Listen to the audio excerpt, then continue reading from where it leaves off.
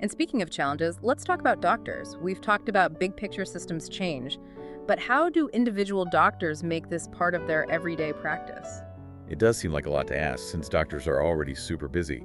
How do they even find the time and resources to make social prescribing a reality? Well, that's where the Social Prescribing for Medical Practice document comes in. It suggests doctors start simply by, really listening to their patients. It's about asking about their social situation, their lives outside of the appointment, being open to exploring non-medical solutions. Instead of just writing a prescription, they might ask about social connections, access to healthy food, that sort of thing. Yeah, exactly. It's about seeing the whole person.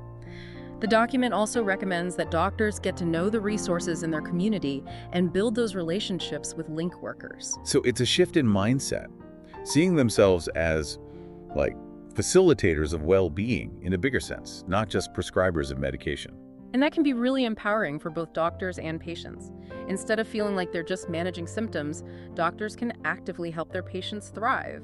And patients can become active participants in their own healing, supported by all these resources and connections. It's moving from being reactive to being proactive. That makes me think of what you said earlier about the Montessori connection.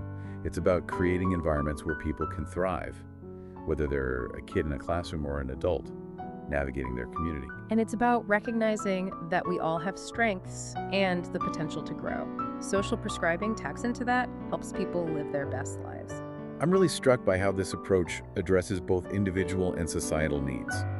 We're talking about empowering individuals while also making communities stronger and building a more equitable society. It's a pretty amazing synergy, right? By supporting individual well-being, we're contributing to the health of the whole community. And by creating supportive communities, we set the stage for individual growth. This whole deep dive has really opened my eyes. It's got me thinking about what steps I can take for my own well-being, how I can contribute to a more connected and supportive community, what prescriptions might I write for myself. Those are great questions to think about. And remember, the most powerful prescriptions are the ones we write for ourselves. One thing that keeps popping up is this idea that social prescribing isn't just about handing out services. It's about making connections. Yeah, connections between people, between organizations, between people and their communities.